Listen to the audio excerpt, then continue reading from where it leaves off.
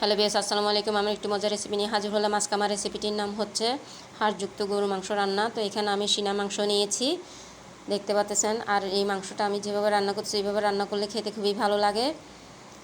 এখানে আমি সয়াবিন তেল দিলাম, 1 টেবিল চামচ আদা রসুন বাটা দিলাম,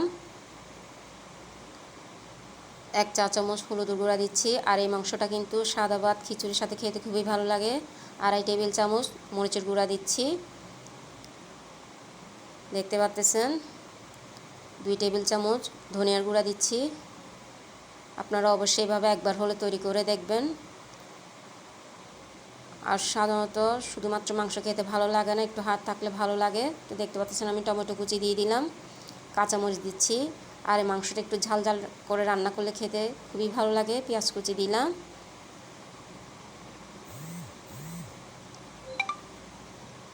স্বাদ মতো লবণ দিচ্ছি, তেজপাতা দিচ্ছি, এলাচ দারুচিনি লবঙ্গ দিলাম, জিরা বাটা দিলাম, পানি দিচ্ছি।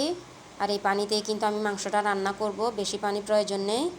আর এটাকে কিন্তু আমি কোনো ডেকোরেশন করব না আজকে, যেহেতু ঘরের তৈরি করতেছি ভাবলাম আপনাদের সাথে শেয়ার করি। খুবই অসাধারণ একটি রান্না, আশা করি আপনাদের সবার ভালো লাগবে। তো দেখতে পাচ্ছেন মাশাআল্লাহ আমার মাংসটা রান্না হয়ে গেল। এইভাবেই রান্না করতে হবে। কাঁচামরিচ দিচ্ছি, ধনিয়া পাতা দিচ্ছি। খুবই অসাধারণ একটি রান্না। তো দেখার জন্য সবাইকে ধন্যবাদ।